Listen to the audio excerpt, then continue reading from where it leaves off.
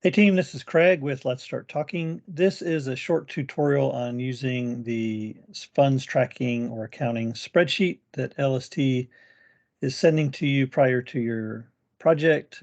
It's a spreadsheet for you to record all the expenses you have during your project in terms of using funds that LST has sent you for your project.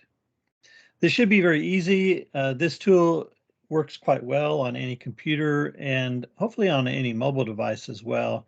You may be able to use this with the internet connection, even on your phone or something like that.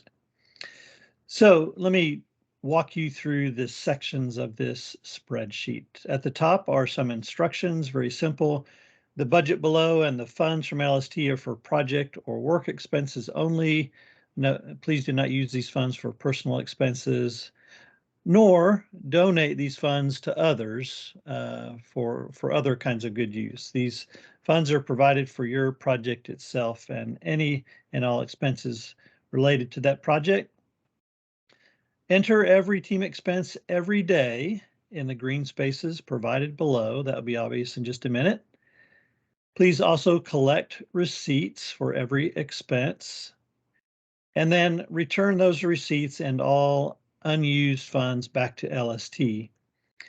The amount you return should equal what your budget says is left over. I'll show you that in a second.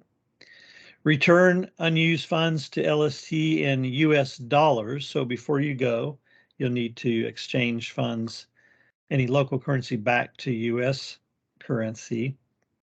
Remembering that many times you cannot exchange coins. So you may need to be careful to spend your coins during your project and return everything, including your record keeping, within 48 hours of returning home. So simple instructions. You scroll down, you've got your team budget. This varies depending on your team, the team size, how long the team is going and where they're going. So we'll fill this in. You don't have to do anything with this. In fact, anything in blue, you don't really have to touch, but we'll insert your particular budget. As you spend money, that the totals will show up over here in this column, and then they'll be subtracted from the remaining balance so that what's over here in the bottom right-hand corner will always be what you should have left over. Most of the time, the budgets are padded a little bit, and we don't expect the team will spend all the money that's there. Okay, you got this short section here on how much you're returning. So at the end of the project, you just enter that by hand in the green space. Now there's a little office space here for us to insert some notes or some data that we need. There's a place for you to enter information concerning exchanges when you exchange US currency into the local currency. You might do that on a shorter project a couple times. You might, if you do it if you're there longer, then you may be exchanging a few more times. But all you have to do here is enter how much US currency you gave the bank or the exchange office, so how much you gave them, and then how much you got back from them. You do not need to enter the exchange rate. This little section will calculate that for us automatically and keep an average as you have additional exchanges. But you'll only need to do this a few times, so maybe every other week or something like that, every couple weeks.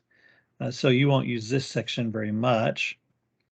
Income section, you may have some income from the project. For example, your host may ask you to collect a materials fee for the workbook. If so, and if they don't keep those funds for themselves, then you can record the total you're getting in this green space. Sometimes a host will keep that money to use in offsetting the expenses they had. Another example might be the hosting church makes a contribution for you to bring back to LST, so you could record that in there. Just keep the total in here, that's fine. And then this is the part you would use most often, just where you record every expense you have during the project. So you'll just come in here and click in the field for the date. You can click on the icon there and open up a calendar and pick the right date.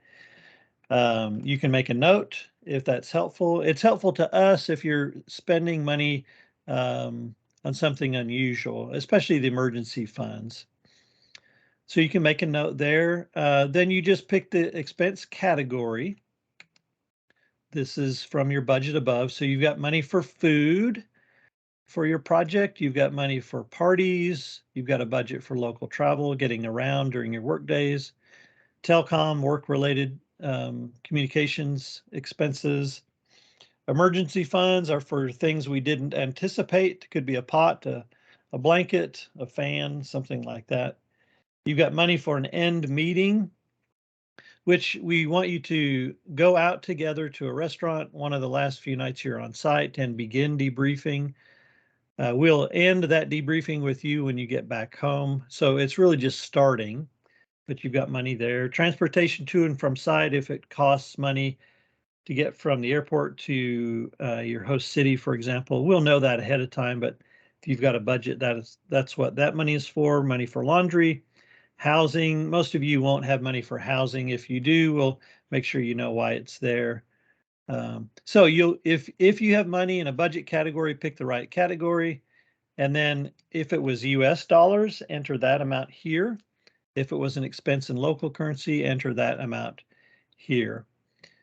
You're not going to have very many times that you're actually spending US dollars. You might, for example, reimburse a teammate who bought a couple party supplies before you left and they want to be reimbursed in US dollars. That'd be one example here, but most of the time the expenses are going to be in local currency, so you'll enter that exact amount here. So at the end of each day, you'll just come in here, and because you'll have your receipts, or even as you go on your mobile device, you can just enter the expenses as you have them, and you've got plenty of lines here to enter expenses. Please don't insert lines. I don't think it will let you do that, but if it does, please don't do that. If you're running out of lines, just let us know and we can work on that. One nice thing about it being online is that we have access to it as well, so we can work on that if we need to.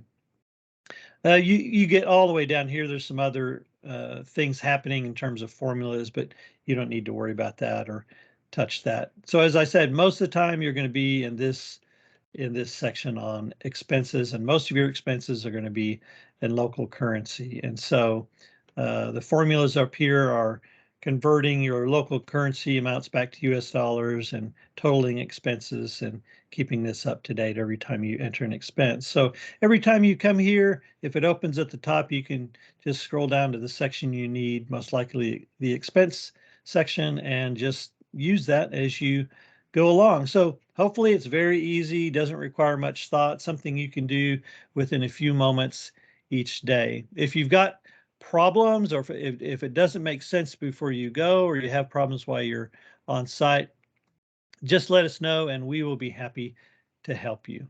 Thank you.